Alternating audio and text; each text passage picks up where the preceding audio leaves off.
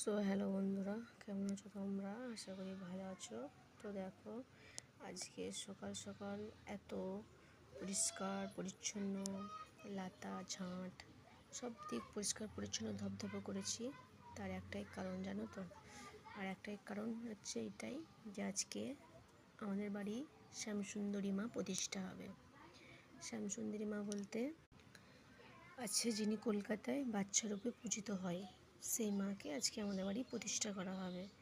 আর সেই কারণে এত তোড়জোড়। তার একজন ভক্ত, তার কিছু মনের ইচ্ছা পূরণ হয়েছিল, তাকে এখানে স্বপ্নে দেখিয়েছিল এখানে নাকি শ্যামসুন্দরী মাকে প্রতিষ্ঠা করার কথা বলা হয়েছে, এখানে পুজো দেবে। সে কিছু মনের ইচ্ছা পূরণ করেছিল, সেই জন্য সে সমস্ত পুজোর আয়োজন করেছিল।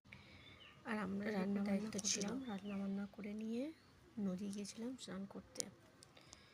নদী স্নান করে নিয়ে চলে আসলাম। দেখো, নতুন মাকে প্রতিষ্ঠা করা মানে সবসময় গঙ্গা স্নান করতে যেতে পারি না। সত্যি বলতে আমাদের মধ্যবিত্ত পরিবারের সবসময় বাইরে যাওয়াটা সম্ভব হয় না। সেই জন্য মায়ের আদেশে নদীতেই চান করে, নদী থেকে চান করলে হবে সেটা মা বলেছিল, তো সেই জন্য নদী থেকে চান করে নিলাম। নদী চান করে এসে মায়ের সমস্ত পুজো জোগাড় রেডি করছিলাম। সবাই ছিল আমার পরিবারের। একটা কথা বলি তোমাদের বন্ধুরা, আমাদের পরিবারের সমস্ত মানুষ যত সবাই আছে, আমাদের পরিবারের সবাই সবার উপর হাতে হাত রেখে আমরা সব কাজ সম্পন্ন করি। আমরা পুজো করি বা মা আমাদের কাছে আসে বলে এমনটা নয় যে সব কিছু আমাদেরকেই করতে হয়। হ্যাঁ, আমাদের পরিবারের সমস্ত মানুষ সবাই সবারই উপর একে অপরের সাথে মিলে সমস্ত কাজ করে আমরা সম্পন্ন করি সব কিছু জিনিস। তার চেয়েও বড়ো কথা, আমার মা ভোগ রান্নার দায়িত্ব আমাকে দিয়েছিল।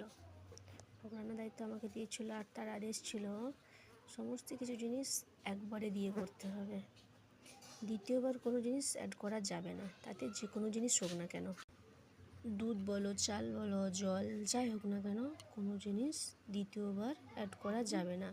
সেই জন্য একবারে দিয়ে চাপানোর কথা বলা হয়েছিল ভোগটা।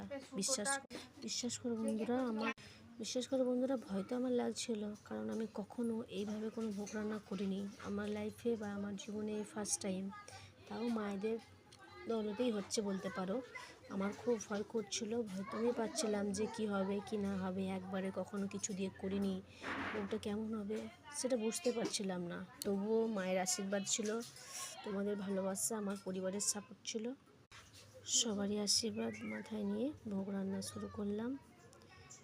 তো ভিডিওটা একটু বড় হয়েছে, তো সবটা দিতে পারিনি, পরের ভিডিওয় কিছুটা তোমার